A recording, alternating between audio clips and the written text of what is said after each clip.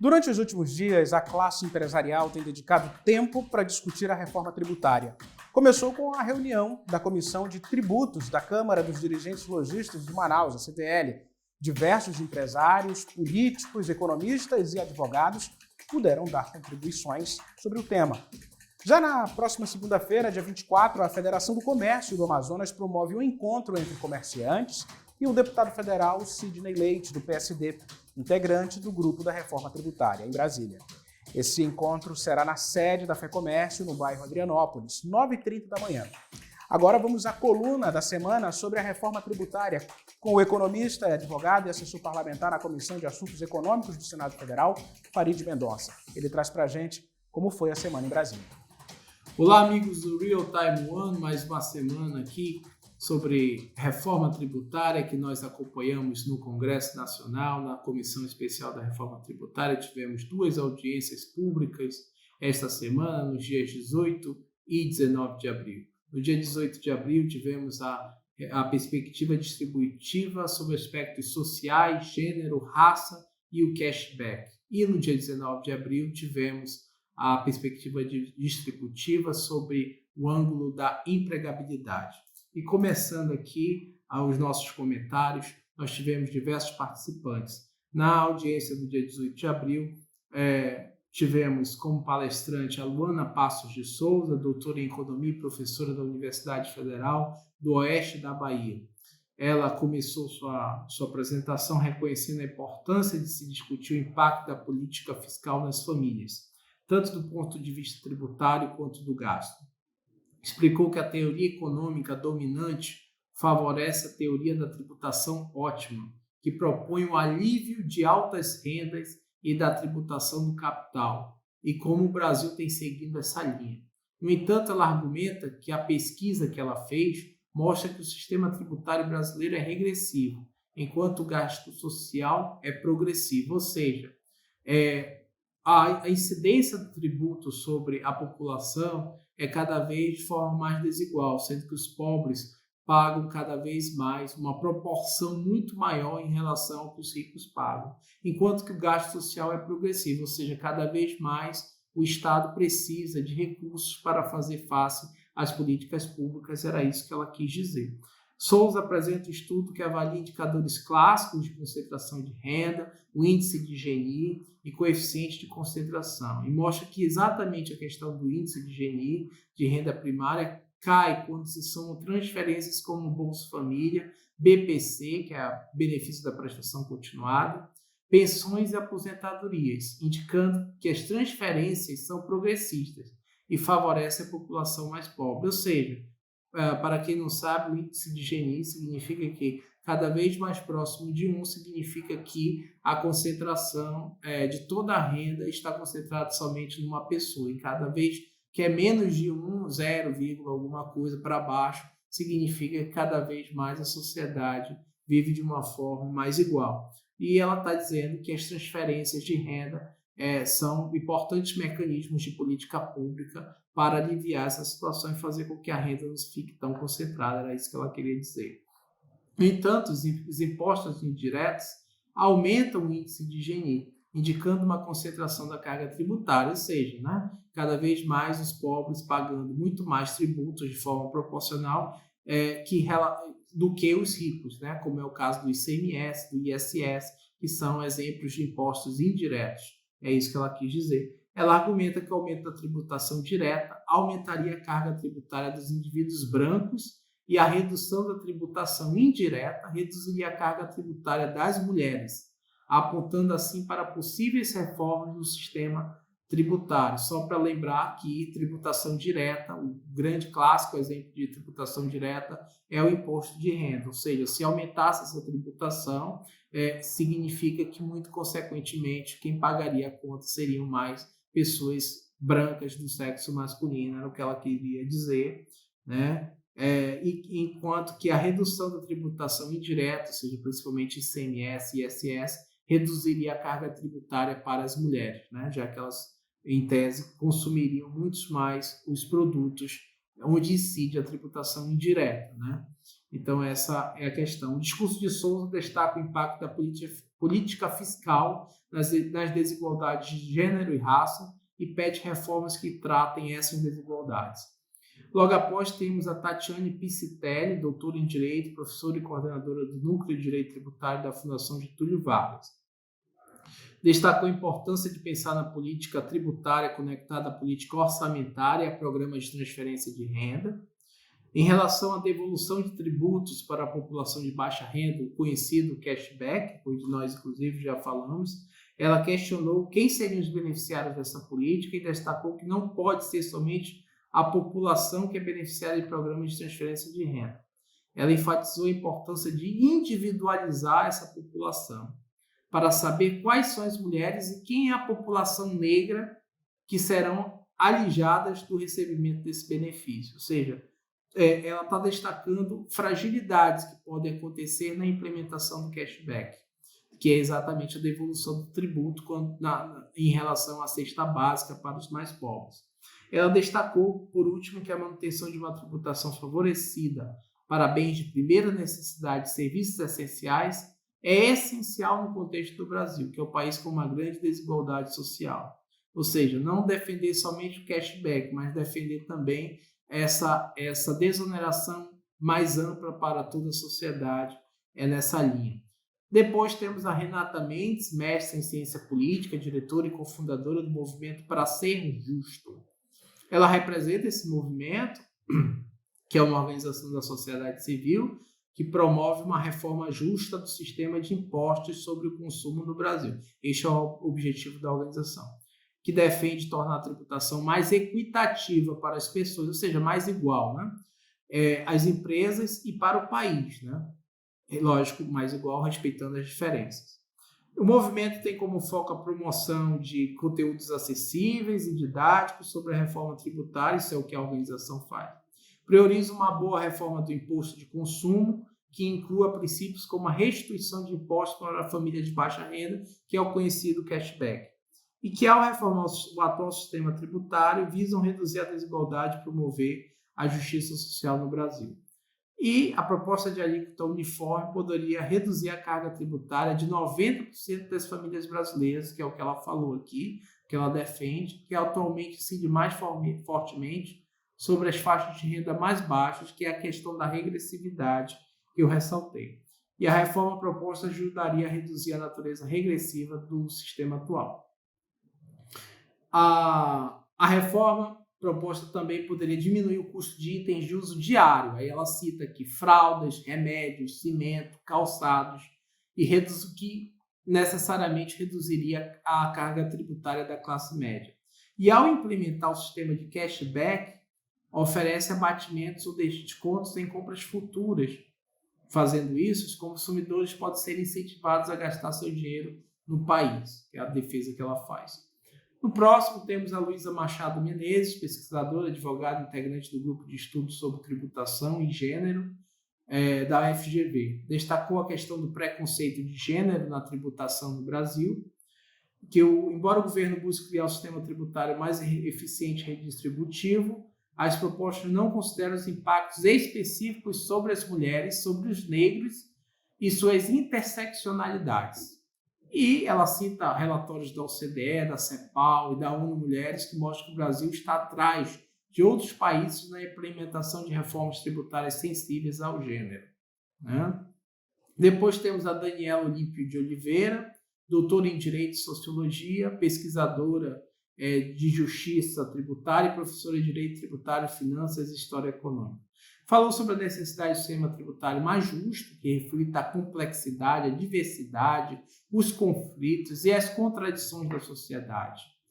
Que a discussão da reforma tributária vai além da relação entre contribuintes e governo. Tem o papel de expor questões sociais, como fuga global de capitais, que é quando o capital sai do país em direção às outras economias, consumo, gênero e raça, né? Depois temos a Evanilda Nascimento de Godoy Bustamante, doutora em Direito e Justiça, professora do Departamento de Direito da Universidade Federal de Viçosa. Fala sobre a questão da regressividade do atual sistema tributário, contribui para a manutenção ou mesmo para o aumento da desigualdade no país. enfoca o impacto dessa regressividade sobre mulheres e pessoas de cor, que muitas vezes estão na base da pirâmide de renda e carregam uma carga tributária maior. Também discute as vantagens e desvantagens das propostas 45 e 110, que são as propostas de reforma tributária, que visam simplificar e unificar o sistema tributário. Depois temos a Lise Tupiaçu Merlin, que é uma pós-doutora do Centro de Investimento Sustentável da Universidade de Colômbia e professora da Universidade Federal do Pará e procuradora federal. Ela enfatizou a falta de neutralidade na tributação e como isso afeta a desigualdade de gênero, ou seja, falta de neutralidade entre homens e mulheres, né? Que é muito mais prejudicial às mulheres. O princípio da capacidade contributiva, que está na Constituição brasileira, ou seja, um princípio tributário, que é fundamental para a efetivação dos direitos humanos fundamentais. E ressaltou a vulnerabilidade das mulheres, especialmente as mulheres negras. As desvantagens socioeconômicas está bem documentado, ou seja, existem diversos documentos que demonstram isso daí. Destacou que os estados da região norte e nordeste apresentam menor renda familiar per capita e apresentam o maior percentual de mulheres que se autodeclaram pretas, pardas e indígenas. Depois tivemos a Raquel Elita Alves Preto, doutora em Direito Tributário, advogada, professora universitária e cofundadora do Women in Tax Brasil. Enfatiza a importância da democracia e a necessidade de lembrar que o Brasil é formado por 56,7% da população negra, dos quais 27,8% são mulheres negras. Argumenta que qualquer proposta de reforma tributária deve levar em consideração esse fato, o fato de que 57% dos domicílios no Brasil são chefiados por mulheres e que são mães, muitas são mães solteiras, e 64% delas vivem abaixo da linha da pobreza, ou seja, ela enfatizando aí as condições das mulheres no Brasil. Destaca a importância de abordar essas questões de uma perspectiva humana, social e econômica. Né? Depois partimos para Eliane Barbosa da Conceição, pesquisadora do Centro de Estudo em Administração Pública e Governo da FGV de São Paulo. Ela questiona seu sistema tributário também injusto com a população negra, enfatiza a importância de uma abordagem de princípios à tributação e argumenta que o sistema tributário brasileiro é fortemente dependente da tributação indireta regressiva. O que é isso? Tributação indireta, que incide sobre produtos e serviços, ICMS, ISS, regressiva, ou seja, que os mais pobres que pagam a conta, ou seja, pagam muito mais proporcionalmente do que os ricos. Destaca a necessidade de sistema tributário mais progressivo que tribute ganhos de capital, renda e propriedade de forma mais eficaz, né, com vista a uma maior igualdade. Depois tivemos o Jefferson Nascimento, doutor em Direito Internacional e coordenador de pesquisa e Justiça Social e Econômica da Oxfam Brasil. Enfatizou a necessidade de expandir as discussões sobre os aspectos e impactos da reforma tributária, mencionou a importância de considerar o contexto mais amplo de reforma tributária e desigualdade no mundo, citou um relatório da Oxfam, que destacou o aumento da concentração de riqueza, apesar da pandemia em curso, ou seja, mesmo com a pandemia já existia uma grande concentração de riqueza no mundo. Concluiu seu discurso afirmando a necessidade de uma reforma tributária progressiva no Brasil, a exemplo dos outros palestrantes. Lisiane Angelotti Meira, doutora em Direito Tributário e professora da FGV, destaca que o Brasil, embora o Brasil seja uma grande economia e tenha muita riqueza, é um país extremamente desigual, como indicado pelo Índice de Desenvolvimento Humano e o Índice de Gini. Observa que o sistema tributário brasileiro tributa de forma injusta e regressiva, com pouca tributação da renda, do ganho de capital e da propriedade, mas que tributa muito a produção e o consumo, especialmente os pobres, as mulheres e as populações pretas, ou seja, em consonância com o que os outros palestrantes falaram. Depois temos a Maria Cristina McDowell, doutora em Economia Especialista, líder fiscal do Banco Interamericano de Desenvolvimento. Apresentou a experiência de alguns países da América Latina na implementação de imposto sobre valor agregado, personalizado, que no caso seria conhecido no Brasil como cashback, que é a devolução dos recursos para os mais pobres. O uso de benefícios para reduzir a natureza regressiva dos impostos tornou-se caro. Os benefícios muitas vezes vão para as pessoas mais ricas do país. Assim, programas de cashback têm sido implantados em diversos países. Ou seja, não adianta, segundo o que ela está defendendo, você desonerar completamente a cesta básica. É mais interessante fazer o cashback, ou seja, devolver de forma seletiva o tributo para as pessoas mais pobres. Depois temos o Giovanni Padilha, auditor fiscal da Receita Estadual no Rio Grande do Sul. Ele fez uma breve exposição sobre a dinâmica operacional, os efeitos do programa Devolve ICMS, que é um programa do Rio Grande do Sul de cashback que já existe. Destacou que o programa adota uma solução de devolução híbrida, com uma parcela fixa e uma parcela variável, dependendo do consumo formalizado. E que as famílias beneficiárias são aquelas cadastradas no CAD único e no Bolsa Família. E que 85% dos benefícios vão para as mulheres lideradas que vão para as mulheres e que são classificadas também por faixas de renda. Depois, por último, nós temos o Rodrigo Otávio Oraí, mestre em teoria econômica, pesquisador associado ao International Policy Center for Inclusive Growth. Ele é pesquisador do IPEA, especialista em tributação e desigualdade e imposto de renda. Ele foi convidado, segundo ele mencionou, a integrar a equipe responsável por propor a reforma tributária, incluindo imposto de renda e o novo sistema de imposto sobre o valor agregado, o IVA, que é o objeto dessas reformas tributárias que nós estamos estudando e acompanhando.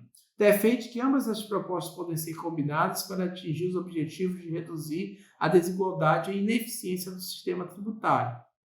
Defende o uso de um sistema moderno de IVA com taxa única e diferenciação.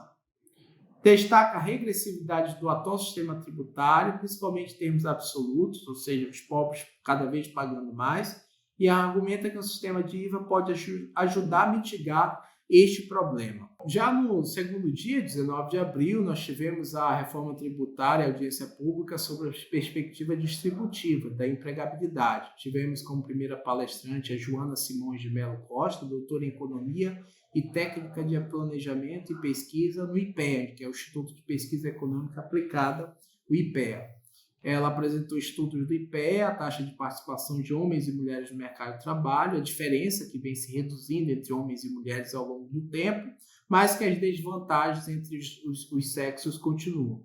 E que em 2022, cerca de 14% das mulheres estavam fora do mercado de trabalho por fator reprodutivo. Abordou políticas públicas de apoio às mulheres de incentivo ao retorno do mercado de trabalho, ou seja, políticas públicas que possam fomentar o retorno das mulheres ao mercado de trabalho, e destacou que o espaço fiscal é importante para aumentar a empregabilidade das mulheres mais vulneráveis e que a reforma tributária tem um potencial para isso. Depois tivemos o Mauro Silva, presidente da Associação Nacional dos Auditores Fiscais da Receita Federal do Brasil, que é mais conhecida a entidade, a associação como Unafisco Nacional, que existe muita legislação tributária, muita complexidade, que os pobres são os mais onerados de todo esse sistema, que os tributos que financiam a Previdência, existe uma ausência de debate sobre esses tributos que financiam a Previdência, que é um debate nulo. Os tributos que financiam a Previdência vêm sendo enfraquecidos ao longo do tempo, erudidos é a palavra que ele utiliza. E trabalhos que não apresentam proteção na Previdência. Ele cita os aplicativos, que, lógico, você tem muita informalidade nesse setor e muitas vezes as pessoas não fazem suas contribuições para a Previdência. Também citou a pejotização, que é quando se abre pessoas jurídicas e para prestarem serviços para outras pessoas jurídicas com o intuito de driblar aí o pagamento de tributos, E isso vem enfraquecendo cada vez mais a Previdência como um todo no Brasil. E aí ele cita que as MEIs, microempresas individuais, pagam um valor mínimo de contribuição à Previdência. Necessidade de discutir o peso do custo com a Previdência também para as empresas, não só para o governo. Ele coloca que o cashback atende bem a questão da desigualdade e que um cashback progressivo na saúde e na educação, que é uma discussão que vem cada vez mais crescendo no âmbito dos debates. Ou seja, tem o cashback da questão da cesta básica, que é a devolução do tributo para as famílias mais necessitadas, e também ele coloca aqui a possibilidade do cashback progressivo na saúde e da educação. Necessidade de reformulação do IPVA, com a inclusão de navios e aeronaves, né, para fazer uma maior justiça social. Necessidade de reformulação do imposto de renda e de correção anual da tabela do imposto de renda por meio de um dispositivo constitucional, ou seja, algo que seria automático essa correção do imposto de renda, todos os anos. E que a classe média vem sendo cada vez mais onerada. Depois tivemos o Sérgio Nobre, presidente nacional da Central Única dos Trabalhadores, a CUT, aponta diretrizes no debate da reforma tributária, que o tributo é muito focado no consumo e pouco na renda e no patrimônio, isto causa desigualdade. Que o país é o sétimo mais rico em bilionários, o sétimo país que mais tem bilionário no mundo, né? Segundo a revista Forbes, que são 42 bilionários, ele cita esse dado aqui, o país tem que repensar sobre isso. Em torno de 70% da população brasileira ganha um salário mínimo, né? Não citou a fonte desse dado aqui. Trabalhadores pagam imposto de renda e que os acionistas de empresas não pagam. Então, ele colocou essa discrepância aqui e sobre a necessidade de taxação de lucros e dividendos para fazer uma maior justiça social. Necessário também um debate sobre a herança, né? Que os ricos acabam deixando, ou seja, uma necessidade de tributar mais a herança aí. Falou sobre a necessidade de construir uma nova tabela de imposto de renda, assim como o palestrante anterior, e que é uma carga tributária muito pesada sobre os trabalhadores. Depois tivemos o Miguel Eduardo Torres, presidente da Força Sindical. Ele fala que cada setor fala da reforma que lhe interessa, empresários, governo, trabalhadores também querem uma reforma, ou seja, cada um quer uma reforma. Necessidade de negociação, muita complexidade, o sistema tributário é injusto.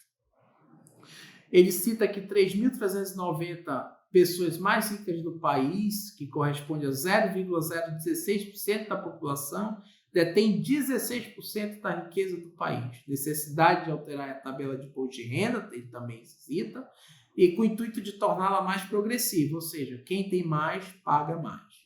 Quem tem menos, paga menos. Salários são tributados, os acionistas não. Aquela questão também de que os trabalhadores são muito onerados, já as pessoas mais ricas não.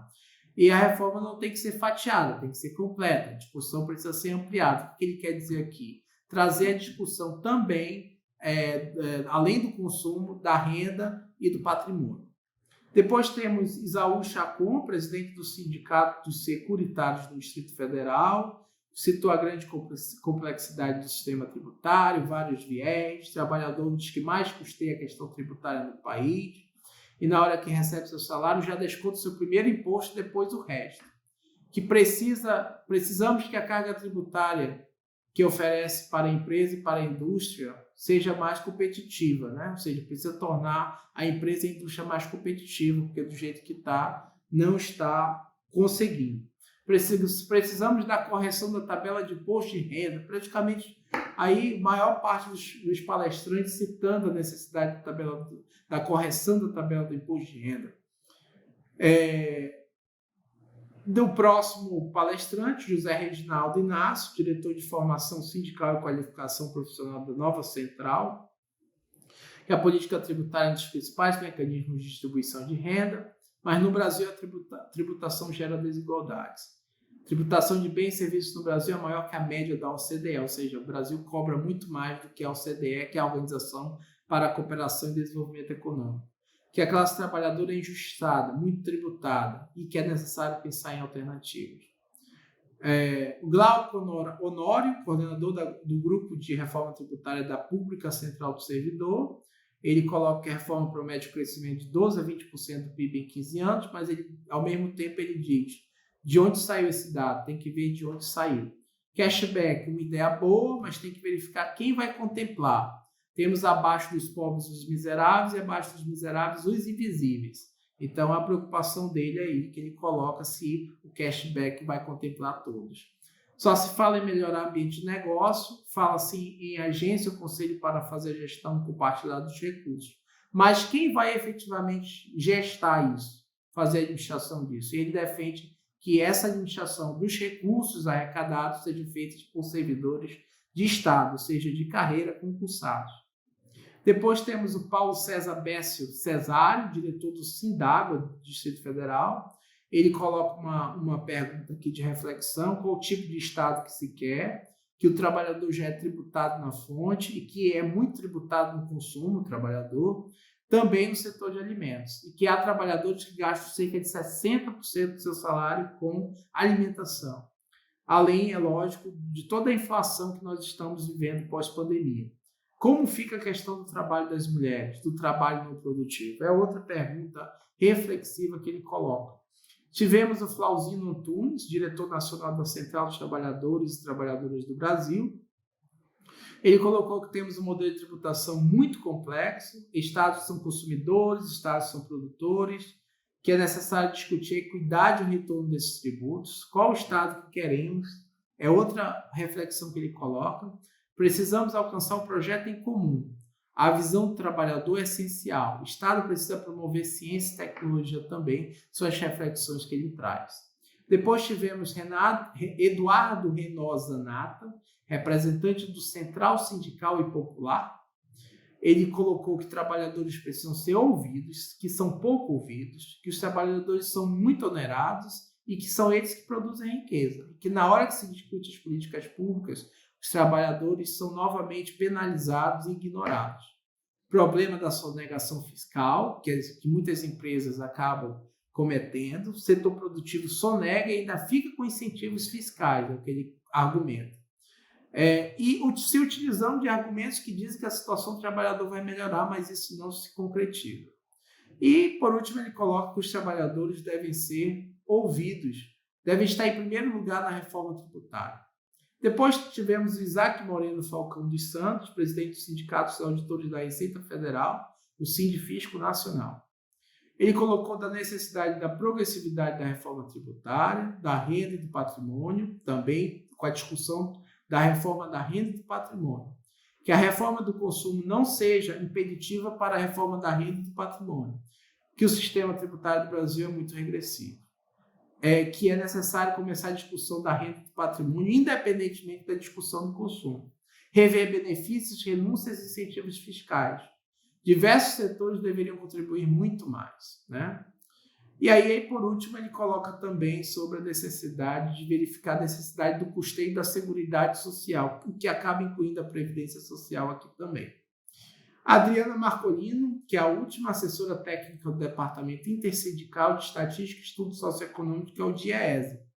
O Brasil carece de investimentos necessários, que é necessária a capacidade de arrecadar com o sistema tributário para fazer face às políticas públicas. Ela destaca também a alta regressividade entre as diversas classes, as classes sociais do Brasil, que os pobres pagam muito mais impostos que os ricos, e mesmo a progressividade do imposto de renda é limitada pelas deduções, que são as deduções que principalmente a classe média e os ricos se utilizam na hora de declarar o imposto e descontar o imposto devido. E destacou o imposto seletivo como positivo. Bom, essas foram as contribuições. Eu quero destacar também um fato que aconteceu essa semana, que foi a criação de uma subcomissão, né, especial da reforma tributária, mas não no âmbito dessa comissão especial da reforma tributária. Essa é uma subcomissão que foi criada na Comissão de Finanças e Tributação da Câmara dos Deputados, né?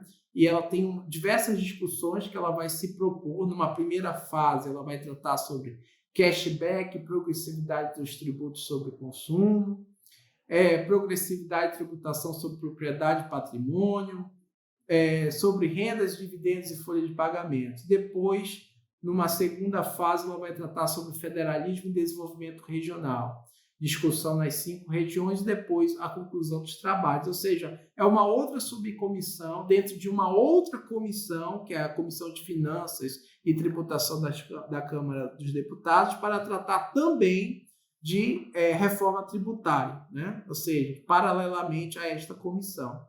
E uma outra questão que eu queria colocar aqui por último é a questão da CPI, né? Da CPMI, dos atos do dia 8 de janeiro, que estão previstos para ser lido o requerimento na próxima semana, né? No dia precisamente aí no dia 26 de abril, e que muito provavelmente dará início a uma CPMI, uma comissão mista, né, de investigação. E isso pode, talvez, aí, tumultuar os trabalhos da Comissão da Reforma Tributária e talvez aí impedir alguns avanços nisso daí. Então, nós temos que esperar para verificar como vai se comportar a situação política e se isso, de fato, vai comprometer a reforma tributária. Bom, foram essas colocações, foram essas as observações desta semana. Agradeço mais uma vez pela audiência, pela parceria com o Real Time One, e essas foram as contribuições da semana. Muito obrigado, Farid Mendonça, direto de Brasília. Gostou do vídeo? Deixa o like, não esqueça de comentar, compartilhar, seguir a gente nas redes sociais e se inscrever em nosso canal no YouTube, Real Time Play. Até mais!